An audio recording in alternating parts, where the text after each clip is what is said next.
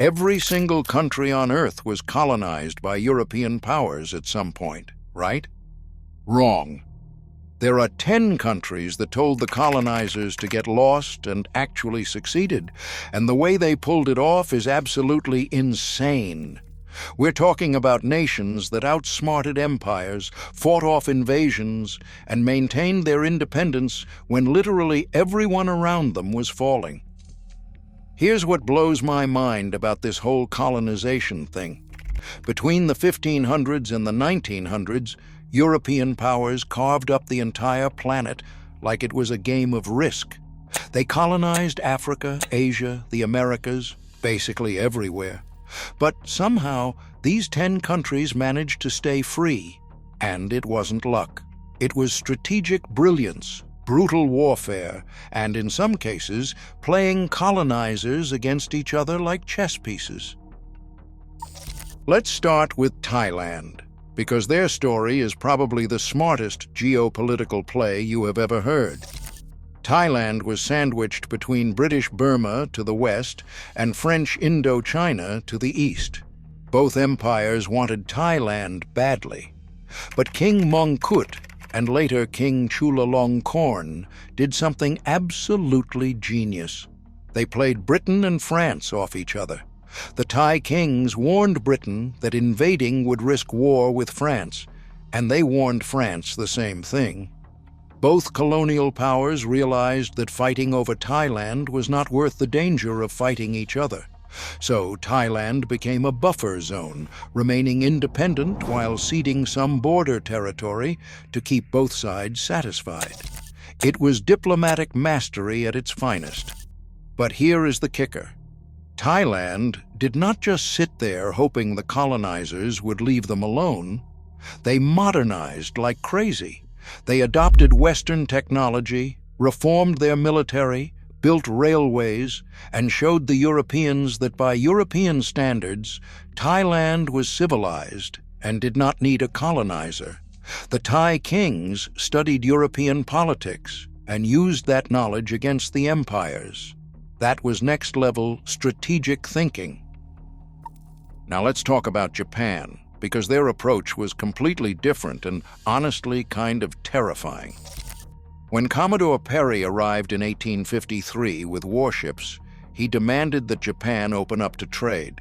Japan could have ended up like China, carved up into spheres of influence, but they did not. The Meiji Restoration was a massive transformation.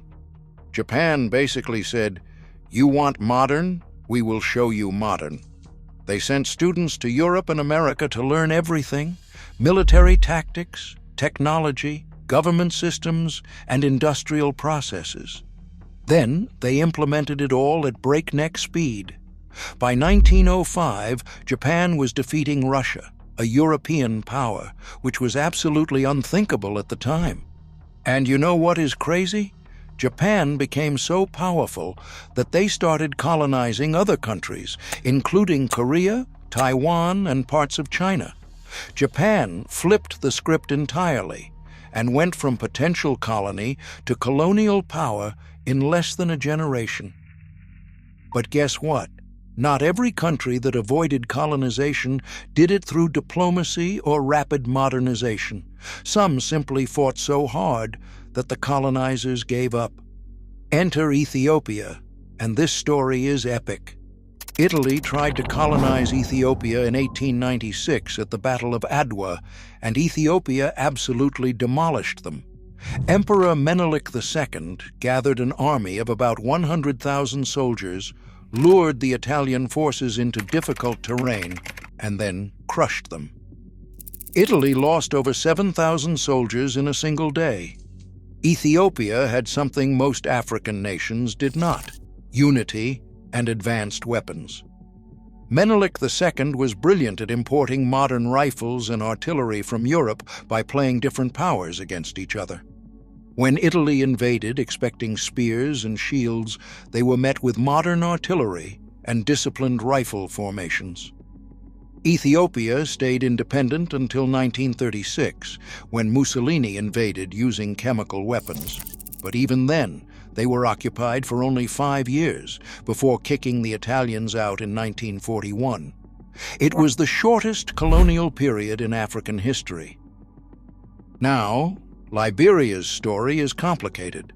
Technically never colonized, Liberia was founded by freed American slaves in 1847, and from the start it functioned as an American client state. The United States protected it, influenced its government, and used it as a trading post. So, no European power colonized Liberia, but was it truly independent? That is debatable. The American Liberian elite ran the country and often marginalized the indigenous population, creating tensions that lasted over a century. Let us talk about Nepal, because their independence strategy was brilliant and brutal.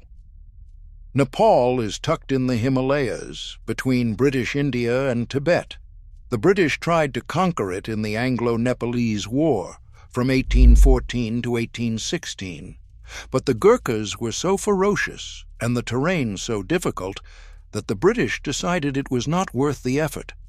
The British and Nepal signed a treaty that made Nepal an ally instead of a colony.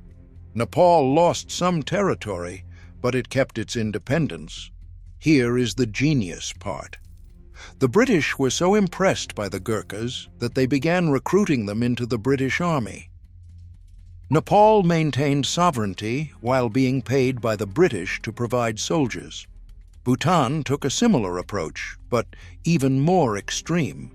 The British tried multiple times, and Bhutan simply retreated into mountain fortresses and made invasion impossible. The terrain and guerrilla warfare forced the British to give up and sign a treaty in 1910, recognizing Bhutan's sovereignty. Bhutan basically became a hermit kingdom, staying so isolated that they did not have paved roads until the 1960s, did not allow tourism until 1974, and did not get television or internet until 1999. They traded economic development for independence. Then there is Afghanistan, the graveyard of empires, and that reputation is earned. The British tried to conquer Afghanistan 3 times during the 1800s, and they were defeated each time. The First Anglo-Afghan War in 1842 ended with the British retreating from Kabul, and out of 16,500 troops and civilians, only 1 person made it back to India. That is a 99.99% casualty rate. The terrain is absolutely brutal for invaders. Mountains, valleys, and tribal fighters who know every inch of the land make it a nightmare. The British eventually gave up and treated Afghanistan as a buffer state. Afghanistan stayed independent because it was literally too difficult to conquer and hold. China is a complicated case because parts of it were colonized in a way. After the Opium Wars, European powers and Japan carved out spheres of influence and controlled ports. Hong Kong was British, Macau was Portuguese. Parts of the coast were under foreign control. But China as a whole was never fully colonized because it was too big, too populated, and too organized. Even when foreign powers controlled parts of the country, there was always a Chinese government in Beijing. It was humiliating and exploitative, but China never became a full colony like India or Indonesia. When the People's Republic formed in 1949, China forced out the remaining foreign powers and reclaimed its territory. And finally, Saudi Arabia avoided colonization partly because nobody really wanted it initially. The Ottoman Empire controlled parts of the Arabian Peninsula, but the interior desert where the Saud family was rising to power was basically considered worthless. No one knew there was oil there yet. By the time oil was discovered in the 1930s, Saudi Arabia had been unified under Ibn Saud and was internationally recognized as independent. The British had interests, but they could not justify invading a massive desert kingdom. Saudi Arabia got lucky with timing, and it also played its cards smart by allying with Britain and later the United States, while keeping its sovereignty. Here's what connects all these countries. They either fought so hard that colonization was not worth it, they played colonizers against each other, or they modernized fast enough to earn respect as equals. They understood that European powers only colonized places where the benefits outweighed the costs, and they made sure the costs were too high. Which country's strategy do you think was smartest? Drop it in the comments.